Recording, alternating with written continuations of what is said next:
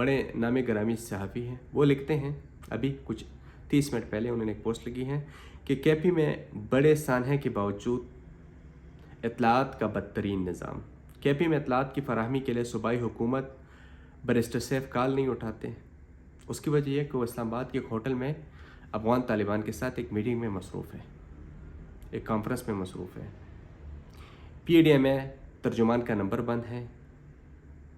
مقررہ شدہ خصوصی فوکل پرسن امجد خان جواب نہیں دے رہے ہیں۔ 1700 جو ایمرجنسی نمبر ہے وہ فون اٹھا کے بات نہیں کرتے۔ یہ ہمارے کے پی کی کمیونیکیشن کا حال ہے۔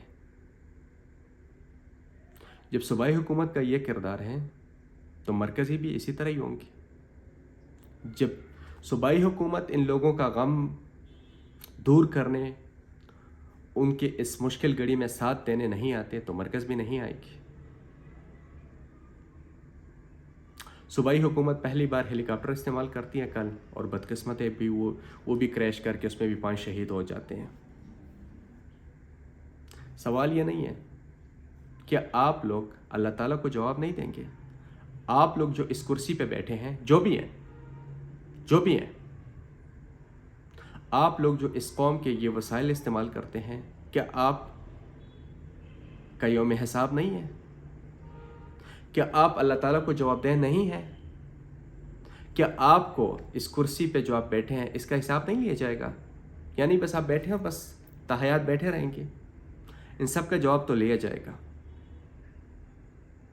لیکن خدا رہا، بنیر کے لوگ، سوات کے لوگ، الائی کے لوگ، باجوڑ کے لوگ بھوک سے مر رہے ہیں۔ کھلے آسمان تلے جو بچے کچھ لوگ ہیں، انہوں نے رات کل گزاری، آج رات بھی گزاریں گے۔ کون اس سے پوچھے؟ ٹھیک ہے، کچھ ادارے کام کر رہی ہے، جیسے ریسکیو کام کر رہی ہے، الخدمت فاؤنڈیشن بڑے وسیع پیمانے پہ کام کر رہی ہے، پاک آرمی کام کر رہی ہے، کچھ لوکل تنظیم کام کر رہی ہے۔ اس سے کام نہیں چلے گا۔ بنیر میں اتنی تباہی ہوئی ہے کہ وہ آپ کے ایمبولینس اور اس چیز کا کام نہیں ہے، ادھر ہیوی مشینری چاہیے۔ وہ اتنے بڑے پتھر ہیں جو انسانوں کی بس میں نہیں ہے کہ ان پتھر کو ہٹا سکے، اٹھا سکے۔ کیوں اس حادثے کو آپ قومی حادثہ نہیں قرار دیتے ہیں؟ کیوں؟ جتنا ٹی وی پہ دکھایا جاتا ہے نا، جتنا نقصان ٹی وی پہ دکھایا جاتا ہے، میں قسماً کہتا ہوں کہ اس کے 10 گنا سے زیادہ نقصان ہوا ہے۔ بہت سارے لوگ، درجنوں لوگ لاپتہ ہیں، وہ ملبے تلے دب چکے ہیں۔ ان کو کون نکالے گا؟ کیا یہ ریاست کی ذمہ داری نہیں ہے؟ یا یہاں بھی آپ سیاست کریں گے کہ جی یہ پی ٹی آئی کی ہیں، یہ نون لیگ کی ہیں، یہ پیپلز پارٹی کی ہیں؟ کیا آپ کل اس قوم کے سامنے نہیں آئیں گے؟ خدا را ان لوگوں پہ رحم کرے، انہیں خوراک پہنچائیں، ان کے کفن دفن کا بندوبست کریں، ان کے لیے میڈیکل کیمپس لگائیں۔ اب اس کے بعد وبائی بیماریاں شروع ہوں گے۔ ان لوگوں کے اربوں کھربوں روپے ڈوب گئے ہیں سیلاب کی زد میں، ان کے بزنسز تباہ ہو گئے ہیں، ان کا کیا بنے گا؟